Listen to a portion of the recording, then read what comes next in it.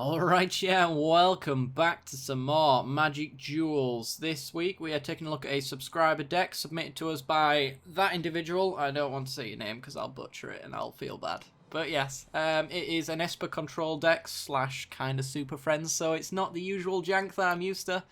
So hopefully we see some interesting gameplay.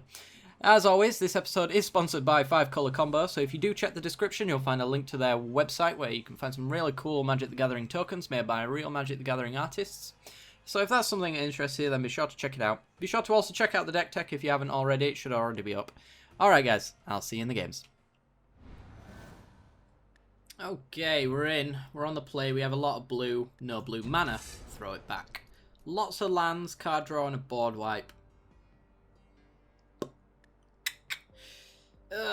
Is it better than going down to 6? Yeah, we'll keep it. We'll keep it. Right. The only tap land in our hand is the Prairie Stream, and it also allows all of our buddy lands to come into play on tap, so we'll lead off with that. Our opponent is rank 31 called Dean Hard Package. I really hope that's your actual surname. That would make me so happy. Okay. What are you playing, Dean? Red, blue. Okay. So, Thopters, Prowess, lots of stuff. I haven't seen Prowess in a long time, actually. So, that would be interesting. No matter which buddy land we pick, we're obviously going to give away our true intentions of colour, so let's leave with the Chapel. Means that if we hit Liliana next turn, we get to play such things. Also Grasp of Darkness as well is an option. And Reckless Fireweaver. Okay. So this might just be an artifact burn deck then, I'm guessing. Shambling Vents. Might as well play you. And go. At least we get to hit our land drops this game. Which is pretty good. It's control. You essentially want to be playing a land every turn and just holding up counters and card draw. And that's usually how you outvalue your opponent. I'm going to get rid of this Reckless Fireweaver.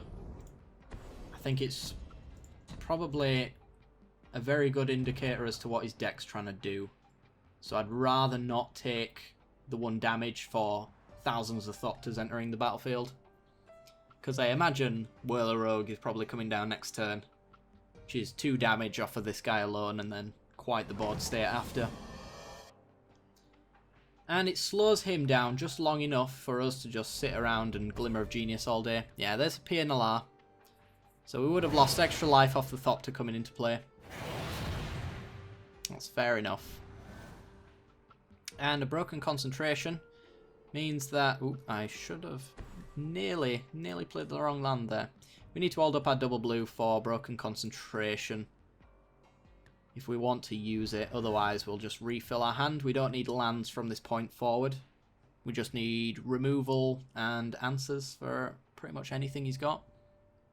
Any board wipes are just fantastic here, I think. He looks like he's going for a wide strategy. And a Tragic Arrogance would be brutal if he's just got a Thopter left after we're done with it. So he gets him for 3 here. We could Shambling Vent, but he could remove stuff. And we're Whirler Rogue, as we expected. So I'm just going to Glimmer and then probably wipe his board. So, Glimmer. So let's look for a new board wipe. Or more counters. Ooh. Do I take both of these? I think I might take both. He gets to, when we languish away this, he gets to play 1 thing, but after that we're holding up counters for the rest of our days. And removal. I'll take this just the... No, I'll take both. Take both. I'm being greedy. Let's do it. And a Swamp. Well, Chapel comes down. And yes, do we want a board wipe? What's this lady do here? She gives artifacts +1/+0. Doubt he's going to be doing that. He's got 4 cards in hand. He gets to play 1 of them, and then we've got counters for the others. And we get removal as well. So I think we're just going to languish here. Yeah, let's just languish. Let's get rid of that noise.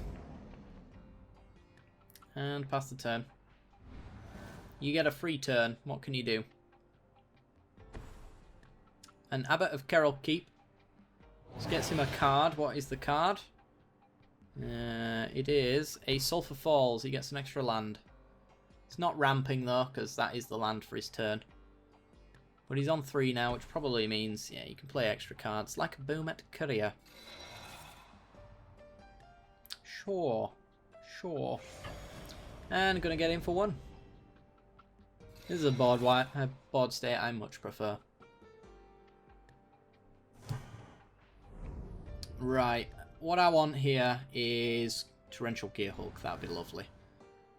Or another Anguished Unmaking. I'm really wishing I'd put you to the bottom like I really wanted to do. But I didn't.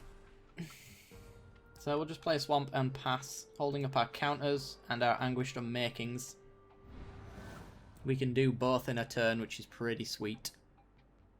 So if he tries to go all prowess with his Abbot, then we'll just kill it right in its track. Because I'm sure losing 3 life is going to be less than what he prowesses it.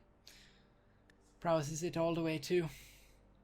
But he looks like an artifact-focused deck. Just everything here generates or hurts because of artifacts, except for the Abbot of Kerrol Keep and his Chandra. Ah, stop it! I was trying to pause it. Right, let's go with a Scatter to the Winds, Awaken. Counter that, and we will make our... could make a Shambling Vent into a 3/3. Yeah, let's do that. Sweet. We can then pay 3 to give it lifelink and +2/+3, essentially. And still hold up counters if he tries to remove it. He's getting in for 4 though. Sure. We can counter that with our Shambling Vent. Which now would probably be able to block nearly everything in his deck. Goblin Glory Chaser. This is just a mishmash of random stuff at this point. And there's an Obnixilis. I'm going to wait until I have a counterspell for you, because I seem to be losing a lot of things I don't want to lose.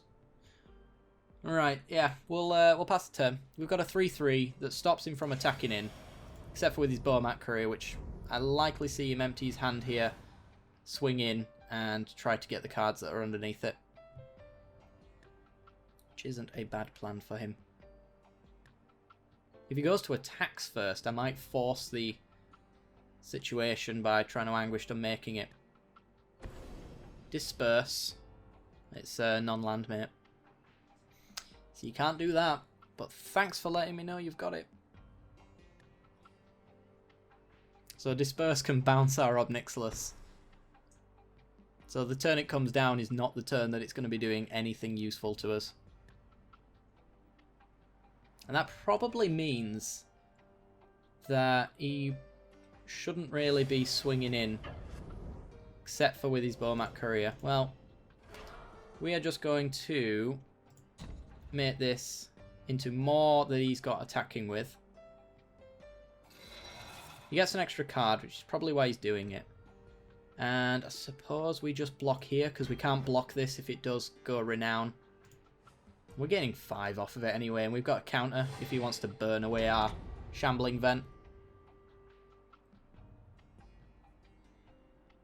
And this Shambling Vent alone is just going to mean that we've got all the time in the world to set up Obnixilis plus counter. And so is the Archangel Avacyn as well, so...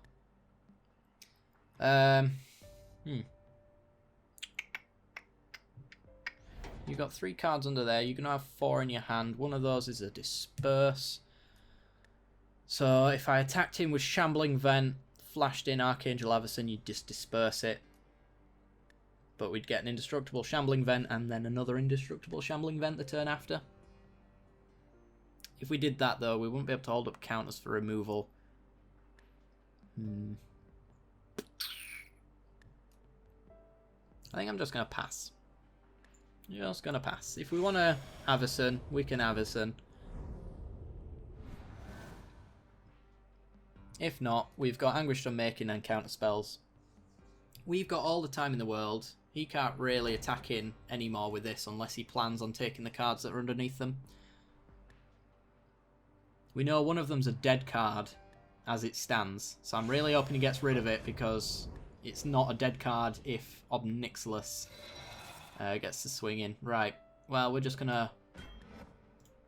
the longer I let you have that, the worse it gets, so we're just gonna block there. He likes the cards in his hand. Alright, Molten Vortex. Discards a land to try kill our Shambling Vent. We're then going to turn it into more. If he's got another land, he could die there, but he didn't. So a burn spell to try and kill it is his only way around it. But he doesn't have it. Alright. So he's just got to disperse. Ooh, telling time. It's pretty good. Right. I think swinging without the life gain, because we don't want to tap 3 down. We want to telling time plus a counter spell. We'll telling time first.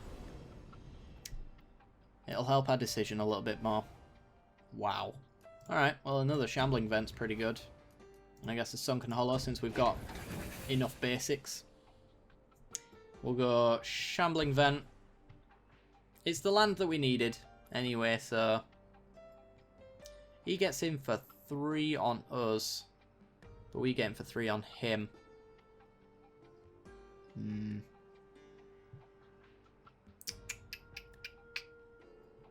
I don't plan on putting Shambling Vent into a position where he might die, but that's only on one top deck. So I'm going to hold off because it's going to stop him from attacking as well. We've got to bear in mind that it could be a land that he draws for the Vortex, so we can count this as 2 less toughness than it actually has. Just realised as well, we have not held up a counter. Thank you, game. Thank you. Appreciate that. And he's just going to pass. Alright, we have nothing to do. And we get the Sunken Hollow we knew we had. Which is pretty sweet. Right, now we can change Shambling Vent and still hold up loads of stuff. So that's what we're going to do. Yes, that looks fine to me. Let's get in for 5 with Lifelink. Sweet. Next turn, we're going to Obnixilis with a counter. Start drawing loads of cards and just absolutely take the game away. Cool.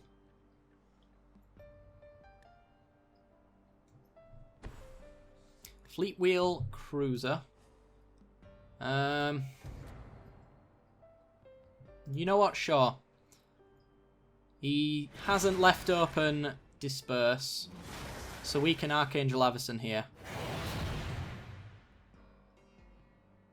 to block and kill a creature. It's going to have Indestructible. He can only discard 1 land. So, do we want to get rid of the Fleet Wheel Cruiser, or do we want to get one of his creatures away, which would mean that he won't be able to crew up anyway? I think that's probably the better plan. So he's always getting 1 in with the Fleet Wheel Cruiser, whereas we can stop him getting in 3 there, and take down a creature in the process. And a Swamp into Obnixilis with a counter open. That is probably just the game. Do I want to kill your Reckless Fireweaver? Stops him. Oh no, he can't crew with that. Sweet. Well, we're just going to plus then. Draw a card and lose a life.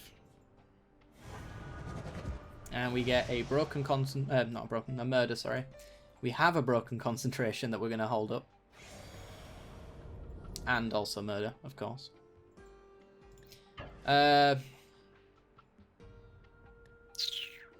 Yeah, just the Archangel Avacyn. Slow and steady. Keep back a blocker for the Fireweaver. Hold up my removal for the Fleet Wheel Cruiser if he can get it in.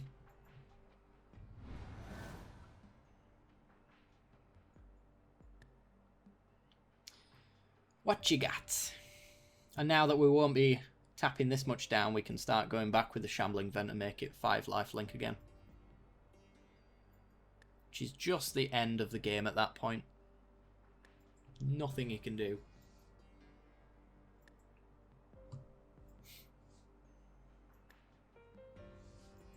Three cards in hand. One's a Disperse, so he can bounce our Ob Nixilis, but we counter it. Thopter Spine Network. Sure, why not? That's a turn of doing nothing. Alright, he's going to pass the turn. So we're going to murder his Fireweaver. Because if he didn't block, he'd have 2 power that he could Fleet Wheel, but it wouldn't make much of a difference anyway. Let's plus with our Ob Nixilis. Get as much information as possible. Telling Time we can do on his end step. We're going to Shambling Vent. Yep, that looks fine. So that's 9, 10, 11. Yeah, that looks about right. We can hold up a counter. Sweet. Oh yeah. Swing in with the team. Do you have an answer? Probably don't. No. Alright, GG.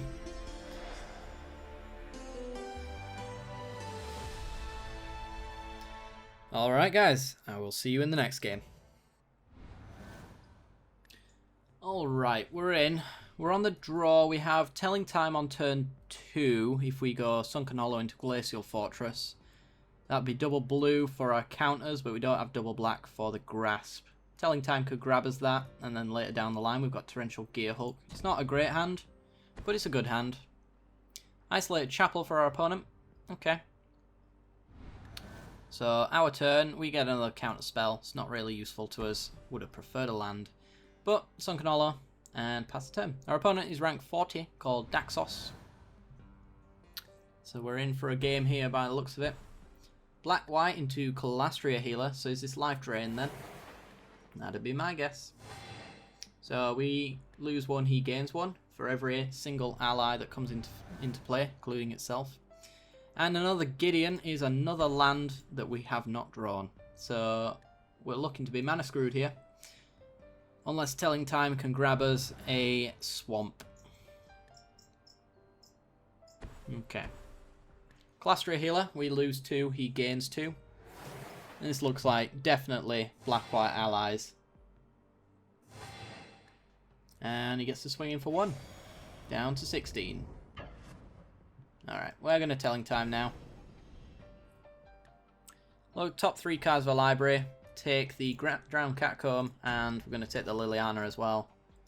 Can't kill the healers, but it can certainly slow them down. Which is pretty good. Pretty good. That's our next black source as well for Grasp of Darkness, which I think we might want to prematurely play out, since he's just going to get some more triggers on us. Or do we just want a Liliana so that we can set up future turns? We can't really protect Liliana once she's down, except for the Grasp of Darkness, so we can't, yeah, we can't really play Liliana here. I'm tripping over my words all over today. I don't know why. Okay. So if he plays an ally, we're just going to kill one right now. Wow! A third one. Okay. We're really looking for a board wipe now. Let's just grasp one that's in play now. It doesn't really make a difference, to be honest. So I suppose just be the mana efficient play here and just counter it. And he gets in for 2. It's 1 extra damage he gets in for us not grasping, but... whatever. Come on, land. Ah. It's a land. It's the wrong land, but it's a land. And we're in the exact same situation again. Being drained out. Not much we can do. Pass the turn. If it's a non-Calastria healer ally that he gets in with, he's getting him for the attack first. Alright. Then we're just going to kill one. Gets him for 1. Probably plays another ally and drains us for 1. No, he's got nothing. Alright. This might be the turn for Liliana, because next turn, thanks to the Shambling Vent, we can Gideon and protect both of them. So, short of an Anguished Unmaking, we should be fine. But we're so low on lands right now that trying to hold up a counter for our Liliana is just not practical. And Gideon's arguably better, so if you want to use an Anguished Unmaking on a Liliana, then we've got a Gideon that's largely left alone, so it's not bad. We kind of expected that. If we hit another land as well, Gear Hulk's pretty sweet. You've got your own Gideon. Why have they always got their own Gideon?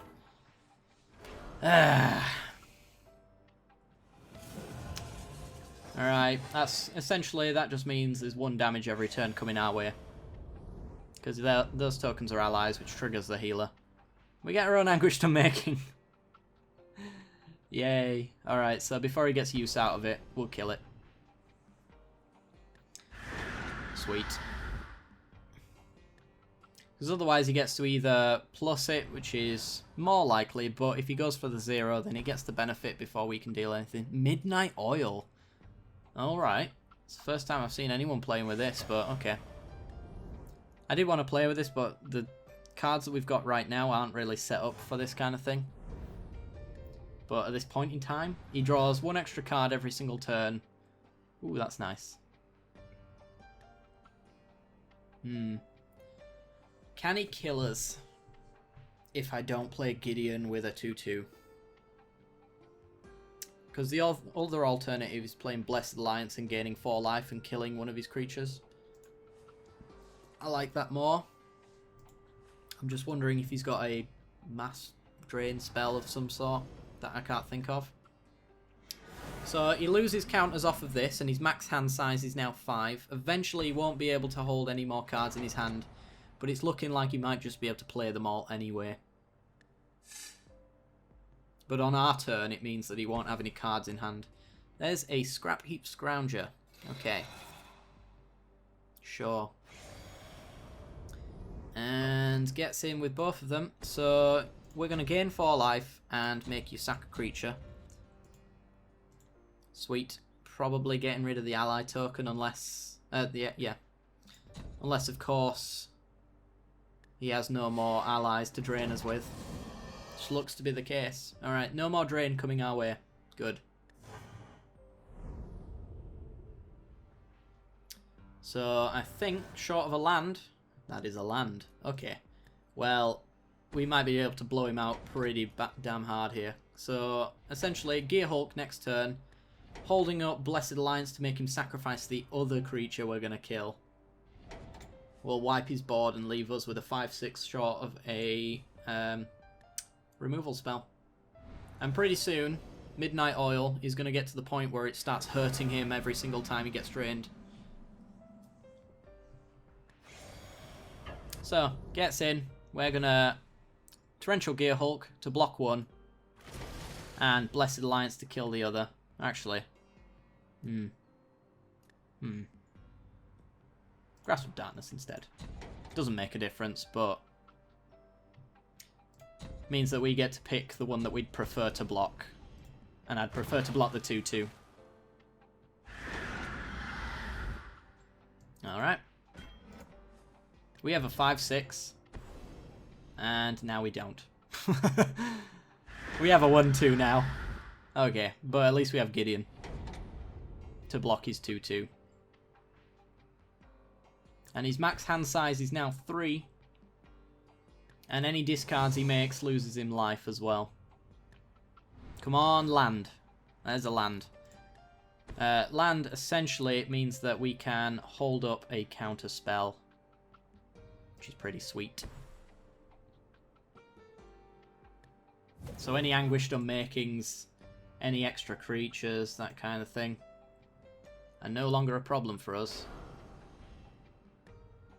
So there's a 2/2 to block one of them. So he's going to lose one to get in 2 damage on our Gideon. What's he got for 2 mana? Scrappy Scrounger, of course. Yeah. Balls. I forgot about that. Okay, well, he goes down to 1 max hand size. Dead weight. We're going to counter that. I want to make sure that he has to lose a creature to get into Gideon here. And another dead weight. Sure.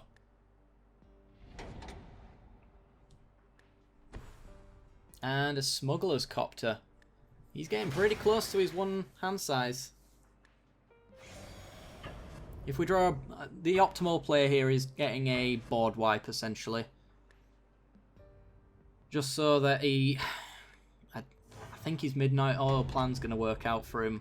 Much to our... Yeah. He's got a lot of cheap creatures he can just empty his hand out with. And he's drawing extra cards every turn. Board wipe, though. Blessed Alliance. Does that keep us alive? I don't know. We've got Shambling Vent to block. We've got Blessed Alliance to gain us life and sack a creature. I'm not sure if that saves us. I'm pretty sure it doesn't. We're going to pass the turn anyway. So he now has a 0 max hand size. Has to use all the cards in his hand, otherwise he loses 1 life for each card he discards. But we're at 5 life, so he either wins or he loses at this point. Should have probably counted that, but I didn't. Sacrificing is not something that Indestructible can get around, though. Okay. I think we're dead. We're going to Shambling Vent. So we can block one of them. Yeah, we're dead. I'm pretty sure. He gets the loot.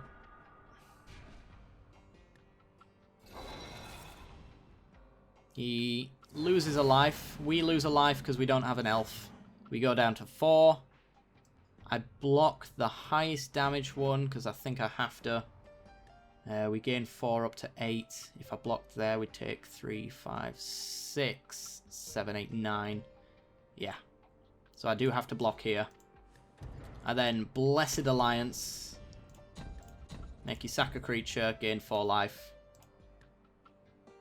Still blocking, still gaining 2 life. I didn't actually count the life gain here, actually, so... Unfortunately for us, it's board wipe or death. Goes to discard because he has no maximum hand size. It is a Shambling Vent, so he loses 1 life. And that's going to do it. We don't have an extra land. But we were dead to the sheer amount of power he had anyway.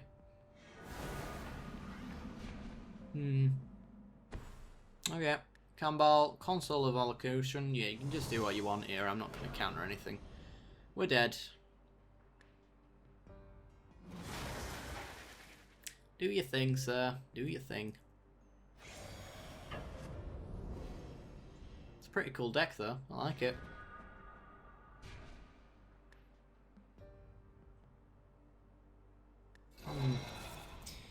Loses 1 life, and we lose all of our life. We are dead. That's how that works. GG. That sucks. Alright guys, that's going to do it for today's episode. So if you have enjoyed the content, then be sure to leave a like. Helps me out a great deal. Lets me know you're enjoying the series. If you haven't already subscribed, then be sure to do so for more Magic content as well as other stuff. And if you're not sure what that is, then stay for the end card. See the rest of it, and I'll see you next time. Bye bye.